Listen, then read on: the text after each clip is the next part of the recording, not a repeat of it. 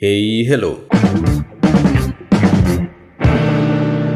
Balik lagi di channel Spoiler Moon, dan kita akan bahas lagi kelanjutan part sebelumnya.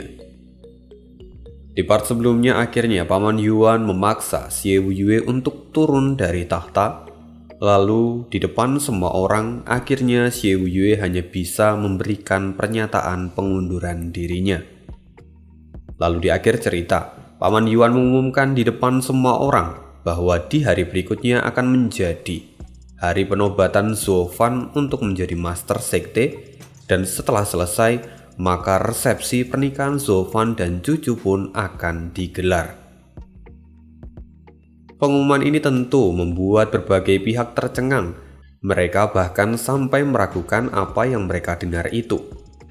Maka mari kita lanjut cerita ini ke part 143. Part kali ini Ane ambil dari bab 767 sampai dengan 770. Upacara pernikahan?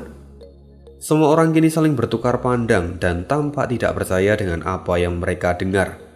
Mereka pun mulai bergumam dan mengatakan kalau sejak zaman dulu tidak pernah ada kejadian seperti ini. Lantas, mengapa sekarang seperti ini? Bahkan ada aturan yang mengatur tentang masalah ini juga. Tapi kenapa itu seolah-olah diabaikan? Tetua Xi yang tidak bisa terima segera maju dan memberi hormat. Tetua Agung, mengenai pengunduran diri dari Master Sekte itu sudah tidak lagi menjadi masalah. Tapi bagaimana bisa penggantian dari Master Sekte ini justru melanggar aturan yang sudah ada sejak lama? Bukankah itu terlalu berlebihan? Jika upacara pernikahan benar-benar dilangsungkan, bukankah itu sama saja telah mencoreng wajah dari Sekte Moche? Tetua yang lain mulai bergumam dan mempertanyakan semua ini. Bagaimana bisa Tetua Agung memberikan izin untuk Zhou Fan melanggar aturan dari nenek moyang? Bukankah itu juga sama saja dengan menghina para leluhur? Paman Yuan kini tampak memandang semua orang, lalu kemudian menoleh ke arah Zhou Fan. Lihatlah, semua orang kini bahkan tidak lagi meributkan posisimu sebagai Master Sekte. Mereka justru fokus dengan urusan pernikahanmu.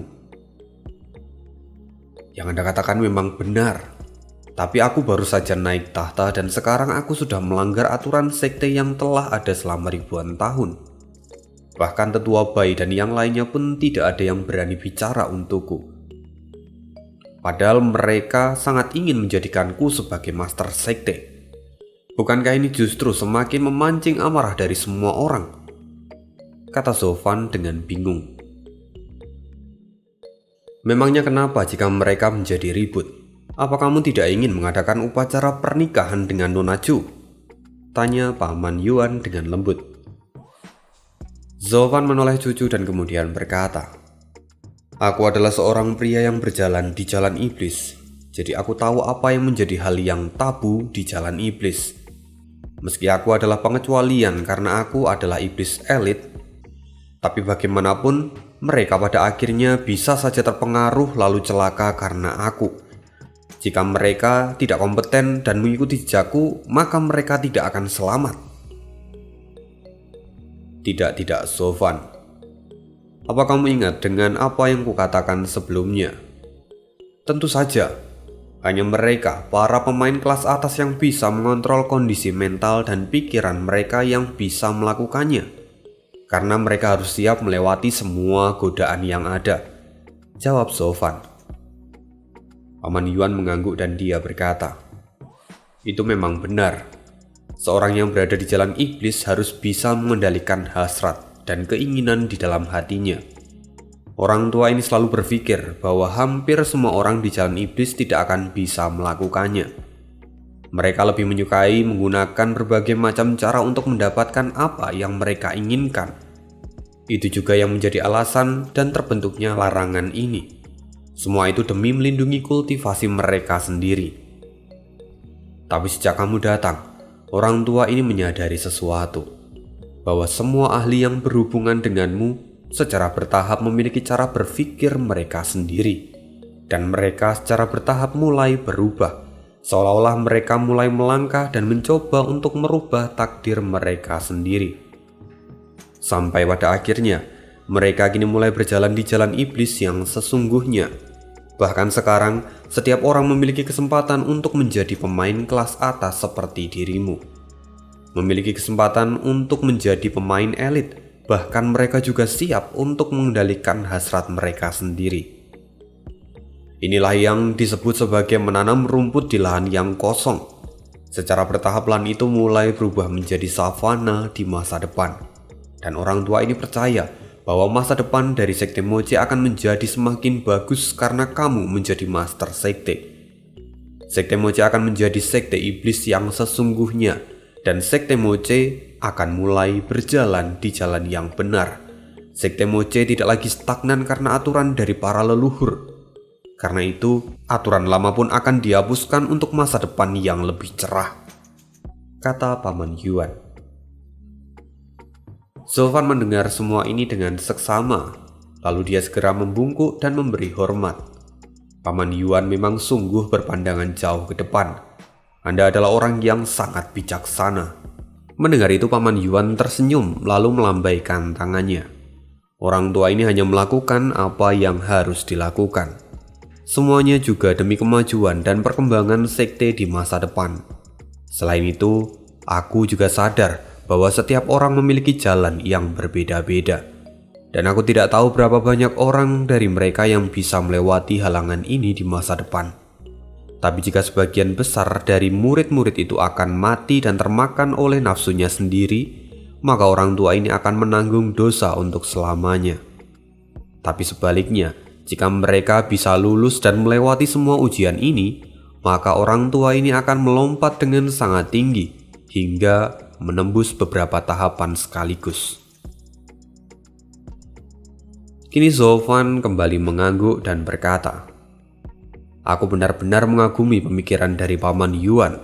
Anda memang adalah orang yang sangat luar biasa." Kalau begitu Zofan, anggaplah upacara pernikahanmu ini sebagai hadiah dari kontribusimu untuk sekte, kata Paman Yuan sambil tertawa. Zofan kini hanya bisa menatap Paman Yuan untuk sementara waktu. Lalu akhirnya dia pun ikut tertawa. Sekarang Paman Yuan telah menancapkan satu paku lagi di dalam hati Zofan. Karena Sekte Moche akan menjadi tempat dia menikah, maka dia tidak akan pernah melupakan ini seumur hidupnya. Tidak peduli kemanapun dia pergi, Sekte Moche pada akhirnya akan memiliki kenangan sendiri. Memikirkan semua ini, Zofan perlahan menarik nafas dalam-dalam lalu berseru, "Semuanya dengarkan perintah. Mulai sekarang Sekte Moche tidak lagi melarang hubungan antara pria dan wanita. Dengan kuasaku, aku akan menghapuskan aturan ini." Semua orang terkejut dan menatap Zofan dengan wajah bodoh. Tidak, bagaimana bisa aturan leluhur dihapuskan begitu saja? Teriak para tetua di dalam hati. Sekarang para tetua yang berasal dari fraksi Zofan tentu saja diam seribu bahasa. Mereka tidak bisa menyanggah ataupun mendukungnya. Mereka bahkan tidak yakin dengan semua keputusan ini. Tapi fraksi dari Tetuasi kini tentu menjadi bingung. Apalagi Tetuasi sendiri, dia adalah orang yang selalu mencari keuntungan pribadi dan dia pun kini tampak kebingungan. Sesungguhnya dengan pengumuman Zofan ini, sebuah celah kembali terbuka. Dan Tetuasi bisa saja masuk untuk menjadi provokator supaya para tetua menyerang Zofan. Tapi yang membuat dia ragu adalah jika dalam kesempatan ini dia gagal, maka dia akan kehilangan semuanya. Apalagi Tetua Agung kini berdiri di belakang Zofan. Dia justru kini semakin menjadi bingung. Seorang tetua kemudian mendekati Tetuasi dan berkata, "Tetua Batu, anak ini sudah keterlaluan. Dia bahkan berani menghapus aturan dari leluhur. Apa Anda tidak akan menentangnya kali ini?" "Diamlah. Apa kau ingin membunuhku? Saat ini Xie Wuyue telah menyerahkan posisinya dan Zofan adalah calon dari Master Sekte. Jika aku gegabah, maka nantinya kita semua akan berakhir pada kehancuran." Meski dia sudah keterlaluan, tapi tidak ada yang bisa kita lakukan saat ini. Lebih baik kita menjaga jarak dan tidak berbuat macam-macam untuk sekarang, kata Tetua Si sambil sedikit berbisik. Tetua Si kini menatap Sofan dan senyuman perlahan muncul di wajahnya dan dia kemudian berkata dalam hati, "Sofan, kamu sepertinya menjadi cukup sombong belakangan ini. Bahkan kamu tidak ragu untuk menyinggung banyak orang di dalam sekte. Sebentar lagi kamu akan menuai apa yang telah kau tabur ini." Semua orang kini masih tetap terdiam. Tidak ada yang berani angkat suara tentang keputusan Sofan ini. Sampai sebuah teriakan yang masuk ke telinga semua orang. "Hidup Master Sekte Zuo!" teriak Kuilang yang kemudian diikuti oleh putranya. "Hidup Master Sekte Zuo!" Semua orang menoleh, lalu tiba-tiba gelombang suara menjadi satu dan saling bersautan. "Hidup Master Sekte Zuo! Hidup Master Sekte Zuo! Hidup Master Sekte Zuo!" dan seterusnya. Semua orang, terutama mereka yang berasal dari fraksi Sofan, tidak ragu untuk berseru. Apalagi tidak ada yang menentang pengumuman ini. Bahkan Tetua Batu dan Tetua Agung pun tidak mempermasalahkan akan tindakan Sofan ini. Kini seluruh tempat itu menjadi meriah dan pujian untuk Sofan menggema di setiap sisi. Melihat ini, Sofan perlahan tersenyum dan kemudian bergumam. Sepertinya hanya Kuilang dan Kuigang yang benar-benar setuju dengan aturan ini. Sedangkan yang lainnya hanya menjadi tim hore-hore. Untung saja ada Kuilang, karena dia memiliki nasib yang sama denganku. "Ayah, aku dengar ada orang tua yang berani mengancammu. Siapa dia? Tunjukkan dia padaku, aku pasti akan membantainya." Teriakan seorang bocah menggema di seluruh tempat itu. Semua orang segera berbalik dan melihat sosok anak kecil yang datang dengan sangat cepat. Lalu di belakangnya juga ada rombongan dari keluarga Luo yang kini bergerak seperti kelompok lebah raksasa. Kini semua tetua dari fraksi Tetua Si membeku ketika melihat ini. Mereka terkejut bukan main dengan jumlah kekuatan yang datang ke Sekte Moche kali ini. Paman Yuan kini tersenyum dan dia berkata, "Akhirnya mereka datang juga. Kamu memang selalu berhati-hati dalam melakukan segala sesuatu. Bahkan meski kamu sudah memiliki 2/3 kekuatan sekte pun, kamu masih enggan untuk bersantai. Kamu bahkan meminta mereka semua untuk bersiap jika situasi menjadi tidak terkendali. Kamu benar-benar selalu memastikan kemenanganmu terjamin sebelum terjun ke medan perang. Apalagi putramu itu. Dia benar-benar adalah seorang monster. Bahkan dia sendiri sudah cukup untuk menghancurkan seluruh sekte Suantian." "Paman Yuan, kamu benar-benar pandai menilai seseorang. Apa kamu sebelumnya mengenal putraku itu?" tanya Sofan. "Bagaimana aku tidak tahu? Aku adalah Tetua Agung dan tidak mungkin aku pura-pura tutup mata saat kamu membawa sebagian besar kekuatan sekte keluar begitu saja. Tentu aku tahu akan apa yang kamu lakukan. Apalagi akulah yang memintamu untuk membawa gadismu itu. Aku tidak akan diam saja. Tapi saat aku melihat kekuatan putramu yang begitu mesum, aku merasa minder. Akhirnya aku menyadari bahwa kamu bahkan tidak membutuhkan bantuanku karena selama ada putramu, kamu bisa menang dengan sangat mudah. Bahkan orang tua ini tidak sebanding dengannya." Ketika Sofan mendengarnya, dia tidak bisa menahan diri untuk tertawa.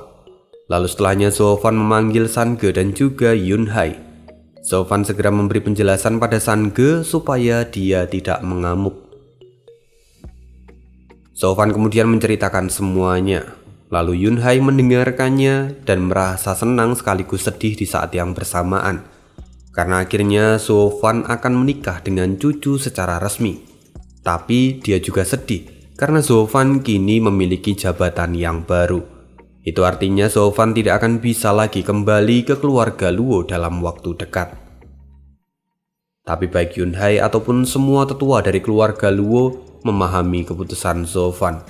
Ini adalah jalan yang harus Sofan ambil, maka mereka semua pun menghormatinya. Karena itu di hari berikutnya, Serah terima jabatan dilangsungkan di pagi hari. Lalu di malam harinya, pesta pernikahan Zolfan dan cucu pun diselenggarakan. Dan di malam itu suasana tampak meriah dan dipenuhi dengan kegembiraan. Setiap sudut sekte Moche merayakan pernikahan ini dengan pesta yang besar. Tapi siapa yang tahu bahwa di balik kebahagiaan ini, rupanya krisis sedang mengintai Zolfan. Di sebuah meja di tengah pesta ini, tampak seorang pria yang mabuk dan wajahnya memerah. Orang itu tidak lain adalah Xie Wuyue. Kini dia sedang pusing karena dalam sekejap dia kehilangan semua yang ia miliki. Jabatan, pengakuan, dan juga kehormatannya direnggut begitu saja. Apalagi hal seperti ini tidak pernah terjadi sepanjang sejarah. Tidak ada master sekte yang menyerahkan posisinya begitu saja. Seperti apa yang Xie Wuyue lakukan kali ini. Zolfan, aku bersumpah aku tidak akan pernah membiarkanmu hidup dengan mudah. Lihat saja nanti, aku pasti akan membuat perhitungan denganmu. Sekali lagi Xie Wuyue meneguk kendi putih yang berisi arak. Lalu seorang pria tiba-tiba datang mendekat dan menggelengkan kepalanya. Dia berkata ke arah Xie Wuyue, "Hei, bukankah ini Xie Wuyue, mantan master sekte? Sekarang sepertinya kamu sangat cocok menjadi seorang tetua sekte. Lantas, kenapa kamu sampai mabuk-mabukan seperti ini?" "Kau gendut, apa yang kau lakukan di sini?" kata Xie Wuyue sambil melirik Yangsa yang baru saja datang. "Pergilah, kenapa kau tidak bersama dengan Zolfan dan juga yang lainnya? Apa kau sengaja datang untuk menertawakanku? Apa niatmu babi gendut?" bentak Xie Wuyue. Yangsa menggelengkan kepalanya dan kemudian berkata, "Wuyue, kita telah menjadi saudara selama ratusan tahun. Bahkan kita pernah berjuang bersama di turnamen naga ganda. Apa kamu pikir aku akan menertawakanmu saat kau terpuruk seperti ini? Padahal sebelumnya aku sudah memberimu kesempatan untuk berdamai, dan kau bisa saja mempertahankan posisimu.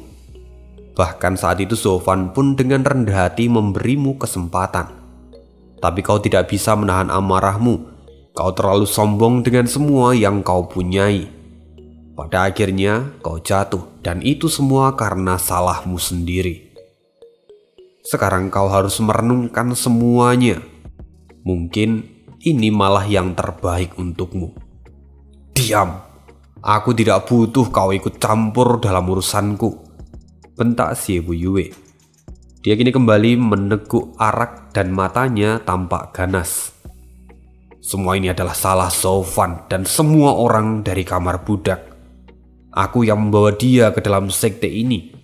Tapi para orang tua itu justru mendukung anak kecil ini untuk memberontak. Aku telah tertipu mentah-mentah dan kalian semua, sial, kalian semua benar-benar munafik." Xie Wuyue terus meracau. Yangsa kini hanya bisa menghela nafas setelah mendengar semua yang Xie Wuyue katakan. Sampai pada akhirnya, Yangsa menepuk pundak Xie Wuyue dan berkata, "Saudaraku, kamu seharusnya sadar bahwa kali ini Tetua Agung telah melindungi nyawamu. Kamu masih hidup karena semua pengaturan Tetua Agung. Kamu seharusnya juga sadar bahwa sebagian besar kekuatan di tempat ini sekarang berasal dari keluarga Luo. Bahkan kamu belum melihat putra dari Zolfan. Dia adalah monster yang mengerikan. Dia adalah orang yang belum pernah kau lihat sebelumnya. Bahkan jika kamu memiliki 10 nyawa pun kamu tidak akan bisa mengalahkannya." Itu adalah kata-kata terakhir yang Yangsa katakan karena dia tahu bahwa saat ini Xie Wuyue tidak mendengarkan dirinya. Tapi setidaknya sebagai saudara dia telah memperingatkan Xie Wuyue. Dan setelahnya Yangsa kemudian meninggalkan Xie Wuyue sendirian. Di sisi lain saat ini Yangsa berjalan ke arah keramaian, tapi dia benar-benar diabaikan oleh para tetua lainnya. Banyak dari mereka yang masih merasa kecewa dengan yang Yangsa lakukan sebelumnya karena dia mencoba membantu Xie Wuye. Karena itu sekarang Yang Sa adalah orang yang tidak berada di sisi manapun. Dia tidak lagi dianggap oleh Xie Wuye, tapi dia juga tidak dianggap oleh para tetua dari fraksi Zofan, apalagi dari fraksi tetua Si. Semakin tidak dihargai. Setelah Yang Sa pergi, Xie Wuye kini meremas botol arak yang ada di tangannya hingga hancur. Kemarahannya benar-benar sudah sampai di ubun-ubun. Lalu seseorang datang. "Yo, Master Sekte, mengapa Anda begitu menyia-nyiakan minuman seperti ini?" Orang yang datang itu tidak lain adalah tetua Si. Dia kini memandang Xie Wuye dan berkata lagi, "Apa Anda hanya bisa minum arak untuk menyingkirkan semua amarah di hati Anda setelah kekalahan dalam pertarungan ini? Sepertinya Anda memang adalah seorang pengecut." Xie Wuye langsung menggebrak meja dan menatap tetua Si dengan tatapan tajam. "Apa maksudmu? Tetua batu, jangan pikir karena aku telah kehilangan jabatanku, aku juga kehilangan kekuatanku. Jangan lupa, kau bahkan bukan lawanku jika aku serius. Selain itu jangan pikir bahwa posisimu akan aman karena Zofan belum menyentuhmu. Cepat atau lambat, dia pasti juga akan datang dan menyingkirkanmu untuk memperkuat posisinya. Jika hari itu tiba, kau bahkan tidak akan bisa melakukan apapun." "Menyingkirkanku?" "Aku bukanlah orang biasa yang bisa dipaksa dengan mudah. Aku tidak sepertimu yang dipaksa untuk turun dari tahta. Sungguh sebuah aib karena kamu menyerah dengan sangat mudah. Bahkan kamu tidak memikirkan langkah berikutnya. Apakah hanya segini ambisi dari Master Sekte Xie Wuye? Sungguh menyedihkan."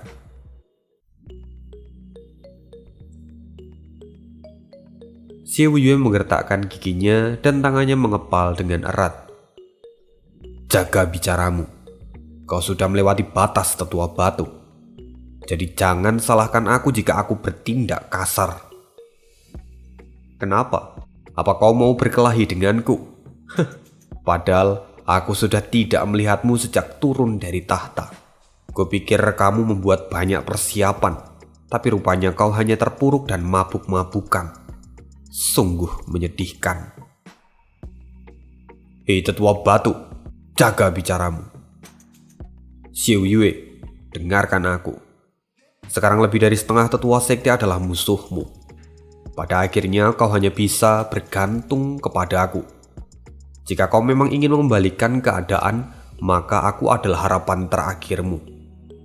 Lantas, apa kau ingin menghancurkan harapan terakhirmu juga?" Mendengar ini, Xie Wuye terkejut dan menatap tetua Si dalam-dalam. "Tetua Si, apa yang kau katakan? Apa kau punya cara untuk membuatku kembali mendapatkan posisiku?" "Tentu saja, itu adalah hal yang mudah. Lagi pula sejak awal Zofan adalah duri di dalam daging bagi kita. Sekarang, seperti yang kukatakan, lebih dari setengah kekuatan sekte adalah miliknya. Lalu sisanya adalah orang-orang yang ada di pihakku. Dan semuanya adalah duri di matanya. Jadi cepat atau lambat, semuanya akan seperti yang kau katakan. Karena itu, pada akhirnya kita kini berada di perahu yang sama." Kelopak mata Xie Wuye bergetar. Dia kini menjadi tenang lalu mengatur nafasnya.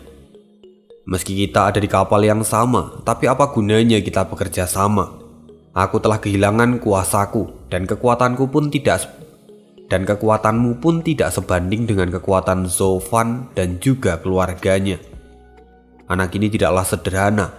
Memangnya bagaimana cara kita untuk menghadapinya? Sejak awal aku sudah tahu bahwa anak ini bukanlah anak yang sederhana. Lagi pula tidak mungkin orang biasa bisa menggulingkan kekuasaanmu. Apalagi dia hanyalah orang luar. Dan hanya dalam kurun waktu 5 tahun sejak dia memasuki sekte, dia sudah bisa menggulingkanmu. Jadi Master Sekte, Apa kamu masih belum memahami hubungan antara Tetua Agung dan Zovan? Alasan mengapa dia kini justru berdiri di sisi Zovan. Xie Yue seperti mendapatkan tamparan keras di wajahnya. Bagaimana dia bisa mengabaikan kebenaran sebesar ini? Tidak mungkin gurunya mengabaikannya dan tidak mendukungnya sama sekali. Apalagi sekarang, dia justru mendukung orang luar. Pasti ada sesuatu yang tidak dia ketahui. Tetua Xi kemudian mengeluarkan slip giok yang ada di tangannya dan menyerahkan pada Xie Yue. Sekarang kamu baca ini, maka kamu akan tahu jawabannya. Xie Yue tampak curiga lalu mengambil slip giok itu. Ini? Ya, itu adalah daftar dari murid Akademi Xuanglong. Kamu bisa melihat daftar nama itu. Zovan, Zhu Qingchen, Sui Ruohua, dan Dan Er. Semuanya ada di sana. Tetua Agung telah melihat peluang besar ini. Kamu jelas tahu bahwa mereka yang ada di dalam daftar itu akan diajar langsung oleh kedua Supreme selama beberapa tahun. Dan itu akan membawa kemajuan yang besar bagi masa depan sekte saat mereka mengambilnya. Jika Zovan sampai memberontak, tidak peduli siapapun yang menang atau kalah, pada akhirnya kita akan kehilangan Zovan dan juga mereka yang dia bawa ke sini. Itu jelas akan menjadi kerugian yang besar bagi sekte. Tetua Agung tidak bisa menyia-nyiakan bakat ini. Karena itu dia hanya punya satu pilihan. Itu adalah menurunkanmu dari tahta. Dengan begini Zovan, Zhu Qingchen dan para murid sekte Xuantian lainnya akan tetap berada di sekte Moje. Lalu setelahnya mereka akan pergi mengikuti pendidikan di Akademi Xuanglong atas nama sekte Moje.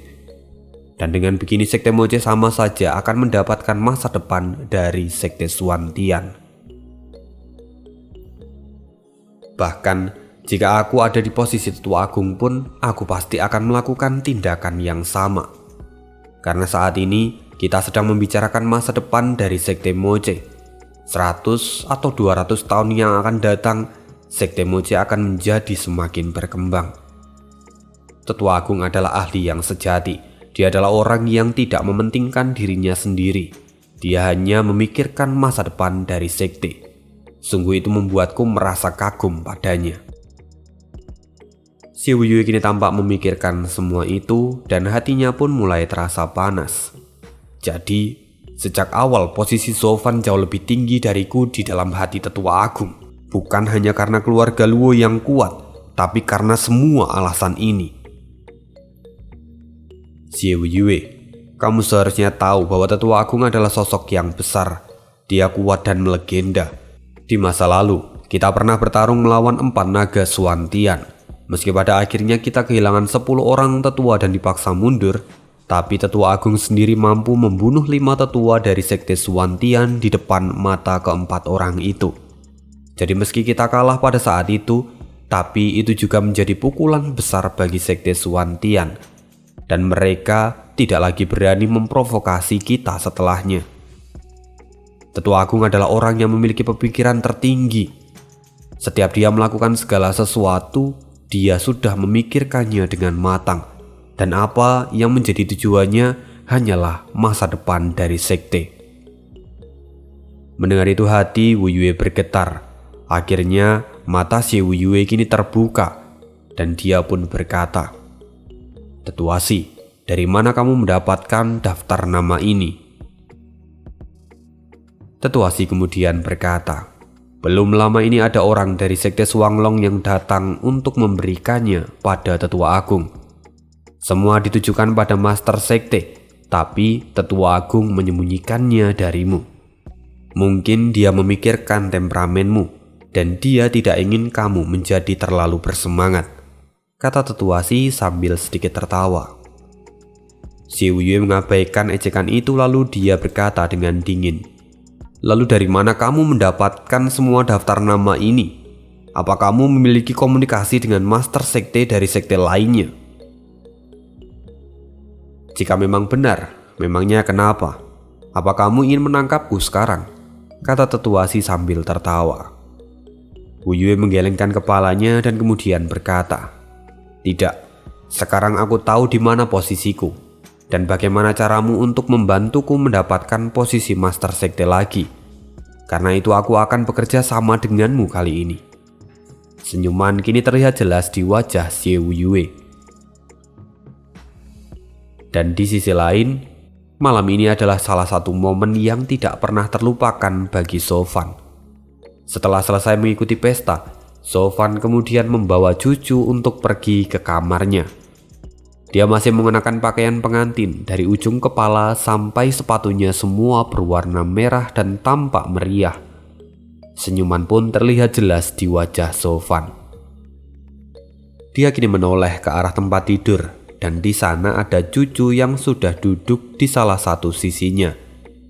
Parasnya memang sangat cantik, apalagi dibalut dengan pakaian pengantin dan juga tudung muka berwarna merah. Sungguh pemandangan yang tidak bisa diabaikan sama sekali.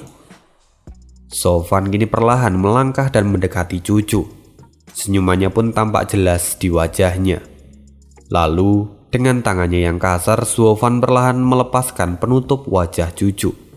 Kecantikannya sekali lagi terpancar seperti bulan purnama yang sangat indah. Bahkan dia tampak jauh lebih cantik 3 kali lipat daripada hari biasa. Sofan bahkan sampai terdiam untuk beberapa saat karena terpukau. Sampai cucu mulai salah tingkah dan berkata, "Apa yang kamu lihat?"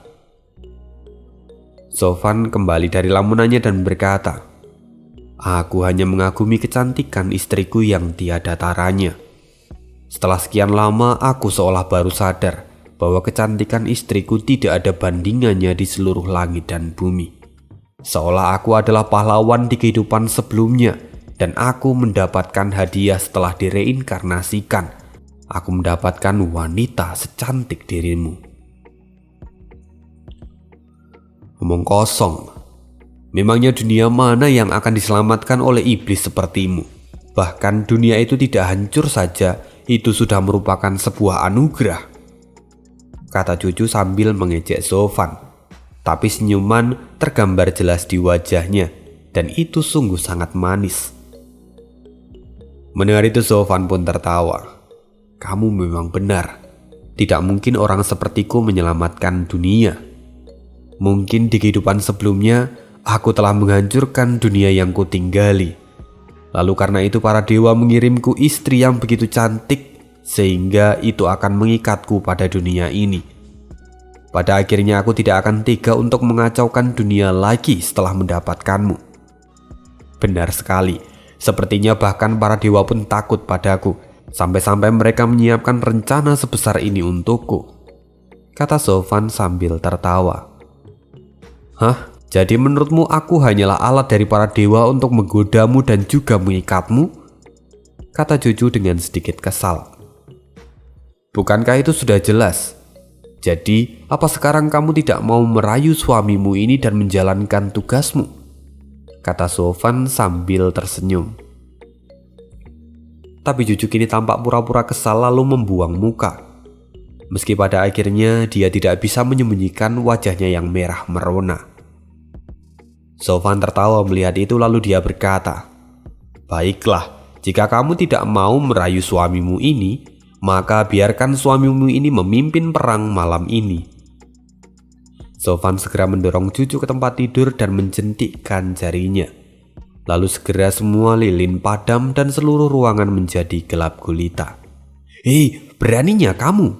Sofan, di mana kamu meletakkan tanganmu?" "Memangnya kenapa? Aku adalah suamimu dan kamu tidak akan bisa lepas dariku malam ini." "Sofan, kamu nakal. Hei, pelan-pelan, sakit. Sofan, kamu penjahat." "Sejak awal aku memang adalah rajanya penjahat. Dan kamu sudah tahu sejak pertama kali kita bertemu. Tapi pada akhirnya kamu malah memilihku. Sesungguhnya kamu sendirilah yang nakal, wahai istriku. Jadi mulai sekarang aku akan mengganggumu setiap hari. Sudah terlambat untuk menyesal sekarang." Cucu tiba-tiba tidak bisa bicara. Mulutnya seolah dipenuhi oleh sesuatu dan tidak bisa lagi bicara dengan bebas. Lalu tangannya meremas kasur saat dia merasakan kehangatan yang masuk ke dalam tubuhnya. Sampai akhirnya mereka pun berkultivasi ganda bersama. Untung autornya itu enggak sampai membuat cerita yang begitu detail gitu ya. Kan Ani jadi bingung gitu narasiinnya kalau sampai terlalu detail gitu. Dan gini di luar kamar Kuilang melihat kamar Zofan yang sudah mulai gelap. Senyuman terlihat jelas di wajahnya dan dia berkata, "Steward Suo memanglah Steward Suo. Meski baru menikah, dia tidak menyia-nyiakan waktunya sama sekali. Hei Qian Ying, apa kamu tidak mau seperti mereka juga? Lagi pula, malam ini adalah malam Jumat, waktunya ibadah. Jaga bicaramu, kita masih di luar. Sepertinya kamu menjadi semakin nakal." Wajah Han Qian Ying kini tampak malu-malu. "Nyonya, kita sudah lama tidak bertemu. Haruskah kita..." "Ayah!" Tiba-tiba teriakan Kuigang memutus suara Kuilang. Dia berlari ke arah mereka berdua dan berkata, "Ayah, pesta telah usai. Sekarang para tetua telah kembali ke tempat mereka masing-masing." Kuilang segera melihat putranya itu dan berkata, "Bagus. Kalau begitu sekarang kamu cepatlah kembali dan istirahat. Kamu pasti lelah setelah semua acara hari ini. Aku dan ibumu juga akan segera kembali untuk tidur." Tapi Kuigang kemudian berkata, "Tidak ayah, aku akan di sini dan berbakti pada ibu. Lagi pula aku baru saja bertemu dengannya setelah waktu yang sangat lama. Aku akan menemani ibu tidur malam ini." Han Qian Ying pun tersenyum dan menepuk kepala Kuigang. "Sungguh, kamu adalah anak yang baik," katanya. Tapi Kuilang tidak terima. Dia segera melotot dan berkata dengan kesal, Pergi dari sini. Masih banyak waktu untuk berbakti pada ibumu. Malam ini adalah giliran ayahmu untuk berbakti pada ibumu." Ayah, apakah seorang ayah juga harus berbakti pada istrinya?" tanya Kuigang dengan wajah polos. Kuilang tampak keheranan. Dia tidak menyangka bahwa anaknya ini terlambat dalam pertumbuhan asmara. Dia bahkan tidak tahu akan apa yang ingin dilakukan oleh kedua orang tuanya. Sampai akhirnya Kuilang menjadi kesal dan berkata, "Anak menyebalkan, cepat pergi dari sini.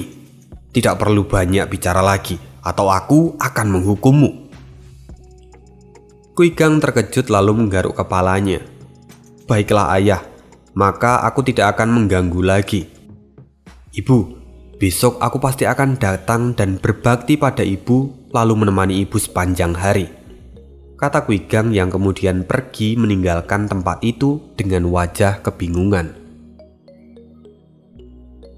Melihat Kuigang yang pergi dengan wajah kebingungan, Han Qian Ying menggelengkan kepalanya dan memarahi Kuilang. "Mengapa kamu begitu kejam padanya? Lihat caramu mengusirnya. Apa kamu tidak bisa memberitahunya dengan lebih halus?" Salah dia sendiri karena dia tidak membuka matanya. Padahal malam ini adalah jatahku untuk menemani istriku. Jadi wajar jika aku mengusirnya," kata Kuilang sambil menggoda Han Qian Ying. Kini pipi Han Qian Ying pun memerah. Lalu akhirnya mereka berdua pun bersama pergi menuju kamar mereka. Tidak jauh dari sana ada sekelompok pemuda yang kini masih berkumpul. Mereka adalah Swiro Hua, Suang Er, Yongning, dan para wanita yang lainnya. Mereka kini tampak patah hati di waktu yang bersamaan, seolah-olah ada sesuatu yang hilang dari mereka. "Suang Er, apa menurutmu Zofan akan mengambil kita sebagai istrinya di masa depan?" kata Yongning sambil menatap Suang Er yang ada di sampingnya. Suang Er perlahan menggelengkan kepalanya dan berkata, "Aku tidak tahu. Semua itu adalah pilihan dari Steward Suo. Aku pun tidak bisa melihat masa depan yang berkaitan dengannya. Tapi bagiku yang terpenting adalah Kak King Chen dan juga dia baik-baik saja di masa depan." "Kamu benar. Kak King Chen memang telah menderita begitu banyak untuk Zofan. Sekarang akhirnya dia bisa mendapatkan hati dari laki-laki yang ia cintai.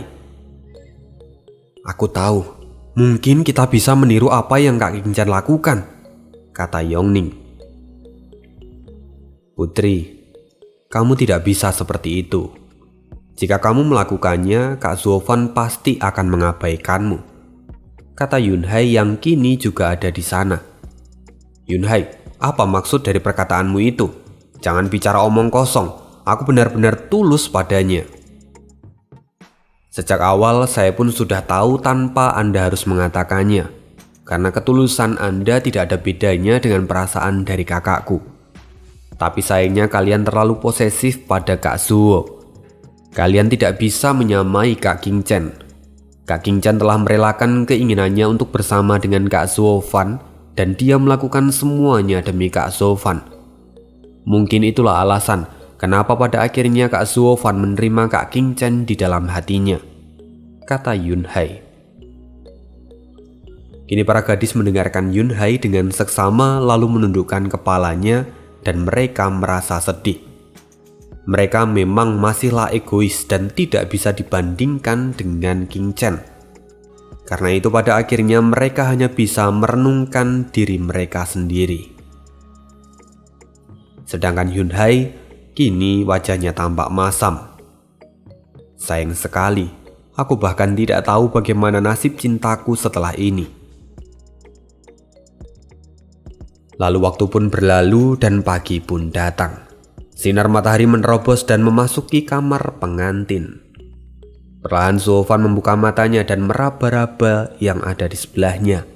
Tapi di sana tidak ada siapapun. Dia terkejut dan segera mencari keberadaan cucu.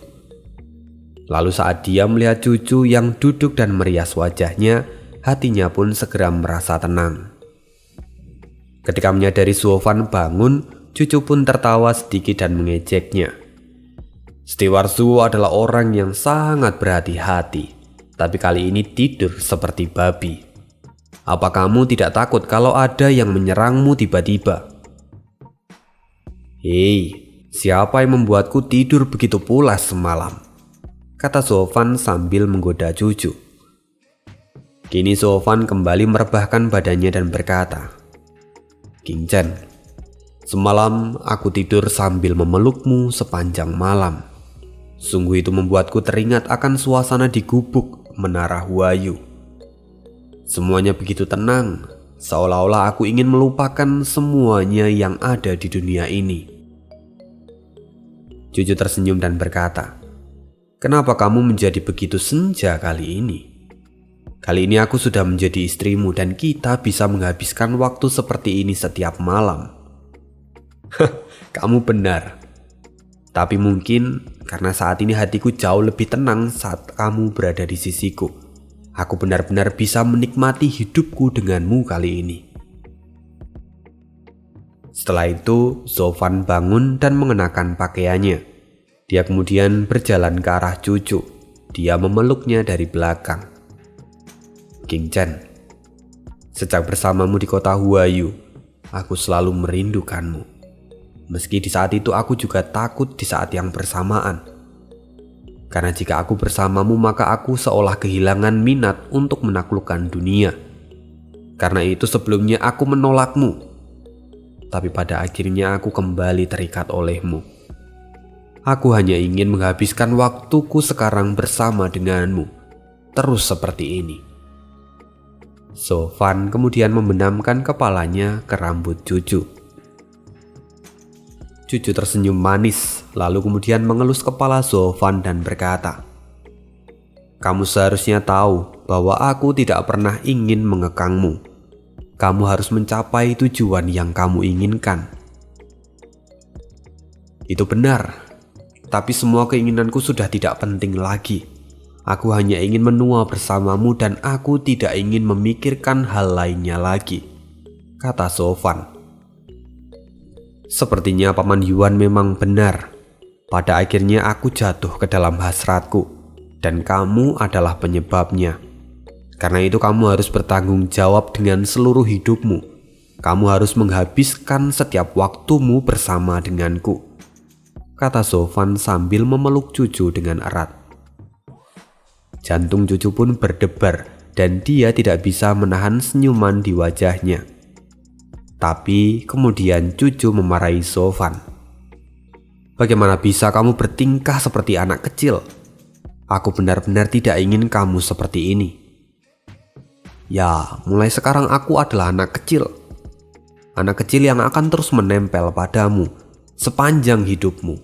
Aku akan selalu bersamamu, kata Sofan seperti anak kecil. Tapi tiba-tiba gelombang fluktuasi menyebar dari tubuh Sofan dan dia pun terkejut. Ini luar biasa. Cucu pun terkejut lalu menoleh dan melihat Sofan dengan tatapan heran. Apa yang terjadi? Aku menerobos lagi ranah visi dewa tahap 5. Padahal aku baru saja bangun pagi ini. Gila, King Chen, tubuh eteralmu memang benar-benar luar biasa. Berkultivasi ganda denganmu sungguh memberikan pencapaian yang luar biasa. Bahkan hanya dalam 1 malam, aku sudah menerobos lagi. Ayo, ini belum terlambat. Ayo berkultivasi ganda lagi, kata Sofan dengan penuh semangat.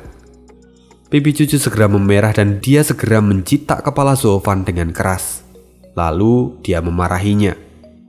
Ini sudah tengah hari. Kultivasi ganda apa lagi yang kamu inginkan? Apa kamu ingin ditertawakan oleh seluruh sekte? Memangnya kenapa? Ini adalah kultivasi ganda. Ini adalah urusan yang penting. Jadi ayo, aku harus menjadi lebih kuat lagi, kata Sofan dengan gembira. Cucu sama sekali tidak bisa menolak Sofan. Akhirnya dia yang sudah berdandan pun kini berjalan ke arah kasur. Lalu Sofan pun mendorongnya ke belakang. Dan sebelum skidi papap dimulai, tiba-tiba pintu kamar diketuk dari luar. Lalu suara Paman Yuan terdengar dari luar. Master Sekte Zuo. Sebagai seorang kultivator memang sangat penting melakukan kultivasi meski di siang hari. Tapi sekarang jangan lupa bahwa kamu memiliki jabatan sebagai Master Sekte. Tidak sewajarnya kamu berskidi papap di siang hari seperti ini. Paman Yuan? Sofan terkejut dan wajahnya tampak sedikit masam. Sedangkan Cucu kini wajahnya memerah karena dia merasa malu karena mereka tertangkap basah di siang hari. Lalu setelahnya Cucu segera bangun dan mengenakan pakaiannya. Cucu bergegas ke pintu dan membukakannya. Pintu pun terbuka lalu Cucu segera membungkuk dan memberi hormat. Sedangkan Sofan saat ini dia masih tampak masam dan berkata, Guru, bukankah sekarang aku adalah Master Sekte? Aku adalah penguasa tertinggi di sekte ini. Bukankah tidak akan ada yang berani menggangguku? Lagi pula aku sudah memasang formasi pertahanan di kamar ini. Tapi kenapa guru justru datang dan menggangguku? Apa guru kini memiliki hobi baru untuk menggangguku sekarang? Paman Yuan merasa sedikit kesal lalu kemudian berkata, orang tua ini tidak memiliki hobi seperti itu. Tapi ini sudah waktunya untuk kalian pergi. Pergi? Pergi kemana? Aku baru saja menjadi Master Sekte. Lantas mengapa aku harus meninggalkan sekte ini? Tanya Sofan. Paman Yuan kemudian memberikan sebuah batu giok dan menyerahkannya. Lihatlah sendiri, itu adalah daftar murid dari Akademi Xuanglong. Kalian berdua terpilih untuk menjadi murid dari Akademi Xuanglong berikutnya. Ini adalah kesempatan yang bagus untukmu, karena setelah 20 atau 30 tahun ke depan, kamu akan menjadi orang terkuat di seluruh Shiso. Dan saat itu terjadi, Sekte Moje akan benar-benar bangkit dan menjadi pemimpin dari 3 sekte tengah yang sesungguhnya. Itu adalah daftar nama yang terpilih untuk mengikuti Akademi Xuanglong. Semua nama yang terpilih terdapat di situ. Itu adalah undangan sekaligus pengumuman untuk semua orang. Kalian bisa mengenali satu persatu dari mereka yang terpilih. Jadi kalian bisa bekerja sama dan hidup rukun di masa depan. Setelah membaca itu, Sofan kemudian menghela nafas. Yelin, dia juga ada di sana. Bergaul dengannya selama beberapa dekade itu benar-benar akan merepotkan. Mendengar itu Paman Yuan pun tertawa. Menurut orang tua ini, sesungguhnya Yelin itu sangat mirip denganmu. Jadi memusuhinya itu bukanlah tindakan yang bijak. Kamu bahkan mungkin harus menjalin pertemanan dengannya, karena mungkin di masa depan kamu akan membutuhkan bantuannya. Dan setelah mengatakan itu, Paman Yuan kemudian berdiri lalu berkata, "Baiklah kalau begitu, sudah saatnya kalian untuk pergi. Aku sudah memberitahu Swirohua dan juga yang lainnya. Mereka semua kini sekarang menunggu kalian di luar." "Hah? Secepat itu?" tanya Sofan. Melihat sikap dari Sofan ini, Paman Yuan pun mencibir. "Orang tua ini tahu bahwa kamu baru saja menikah dan kamu pasti masih ingin bersenang-senang. Tapi sekarang sudah tidak ada waktu lagi. Jika kamu menundanya lagi, maka kamu akan terlambat saat sampai di Sekte Swanglong nanti. Jadi sekarang bersiaplah." Karena itu sekarang Sofan dan Cucu segera bersiap-siap. Lalu setelah semua selesai, mereka pun pergi ke gerbang sekte. Di sana sekarang Paman Yuan dan juga para tetua sudah berkumpul untuk mengantar kepergian Sofan. Kini gerbang formasi telah terbuka dan Sofan serta yang lainnya sudah bersiap untuk pergi. Lalu Bai Jifu dan Qi Jifu segera maju dan memberi hormat. "Master Sekte, yakinlah, selama Anda berlatih di Akademi Swanglong, kami akan mengurus semuanya di sini. Jadi Master Sekte bisa pergi dengan tenang dan tolong berhati-hatilah dalam perjalanan." "Hei, apa maksudmu dengan berhati-hati? Apa kamu meremehkan kemampuanku? Selain itu, aku bahkan belum memberi kalian jabatan. Lantas bagaimana bisa kalian bersikap seolah menjadi penanggung jawab dari sekte ini? Sepertinya kalian memiliki ambisi yang cukup besar." Sofan kini melirik mereka berdua. Tapi kemudian Sofan menghela nafas dan berkata, "Lupakan saja. Lagi pula tidak ada orang lain yang bisa kupercayai selain kalian berdua. Maka akan kupercayakan pekerjaan dari sekte ini pada kalian berdua. Tapi jika ada masalah yang besar, maka kalian harus segera melapor dan meminta arahan pada Tetua Agung." "Siap, Master Sekte." Bai Jifu dan Qi Jifu sadar akan peringatan dari Sofan bahwa mereka bukanlah pemegang otoritas di dalam sekte dan hanya Tetua Agung yang bisa menjaga mereka di masa depan. Lalu setelahnya Paman Yuan melangkah maju dan berkata pada Sofan, "Master Sekte Zuo, kamu sekarang adalah Master Sekte Moche. Kamu berbeda dari murid lainnya. Jadi setelah tiba di sana, kamu tidak boleh terlalu besar kepala." "Tetua Agung tidak perlu khawatir. Saya sadar akan posisi saya," kata Sofan sambil tersenyum. Mendengar itu Paman Yuan mengangguk dan merasa lega. Dan setelahnya Sofan serta rombongannya pun berangkat dan gerbang pun akhirnya ditutup. Kini semua orang pun pergi dan di sana hanya tertinggal Paman Yuan. Dia bergumam sendiri, "Aku harap kalian berdua dapat melihat apa yang kumaksudkan. Kalian harus mundur di saat sulit dan jangan sampai terlena karena keistimewaan yang diberikan oleh Sekte Swanglong." "Tetua Agung, bukankah dalam slip Gyo itu dikatakan bahwa kedua Supreme menginginkan Sofan untuk menjadi bagian dari Sekte Swanglong? Mereka mungkin tidak akan membiarkan Sofan untuk kembali ke Sekte Moche dengan mudah. Dan jika kita memaksanya, bukankah itu akan menyinggung kedua Supreme?" Tiba-tiba Tetua Lidah, salah satu dari 5 tetua kurong, muncul di belakang Paman Yuan. Paman Yuan menggelengkan kepalanya dan berkata, "Ini adalah slip Gyo yang diberikan secara pribadi oleh kedua Supreme. Hanya orang tua ini dan kalian yang mengetahuinya. Mereka memang berencana untuk membawa Sofan ke sisi mereka. Tapi bagaimana mungkin orang tua ini akan membiarkannya begitu saja? Sekarang Sofan adalah Master Sekte dan mereka tidak akan mengambil Sofan apapun yang terjadi. Dan karena ini juga mereka tidak akan bisa mengambil tindakan apapun pada kita." "Tetua Agung memang benar-benar luar biasa. Anda bahkan memaksa kedua Supreme untuk menarik kembali permintaan mereka," kata Tetua Lidah. Mendengar itu Paman Yuan pun tertawa. "Jangan terlalu memuji. Dalam masalah ini aku hanya terpaksa untuk turun tangan. Jika tidak, aku tidak akan mungkin membiarkan Zofan melakukan pemberontakan dan juga menurunkan Xie Wuiyue dari jabatannya. Dengan begini, Zofan akan selalu terikat dengan Sekte Mojai di masa depan. Tetua Agung memang sungguh bijaksana, bahkan sudah memikirkan ini dari jauh-jauh hari. Saya sekarang menjadi penasaran akan respon dari Xie Wuiyue ataupun Zofan jika sampai mereka tahu tentang kebenaran ini. Paman Yuan kemudian tersenyum. Pada akhirnya mereka berdua harus kumainkan. Tapi aku melakukan semua ini demi masa depan sekte. Jadi orang tua ini tidak punya penyesalan sama sekali.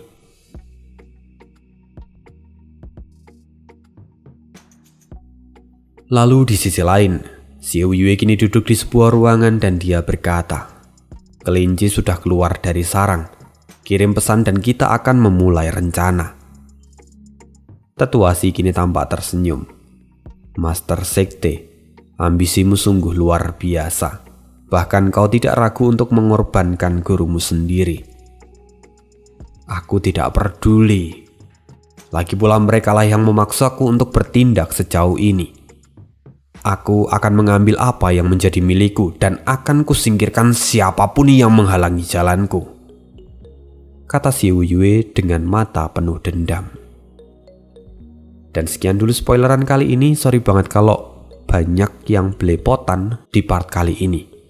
Itu aja, see you again di next video dan bye.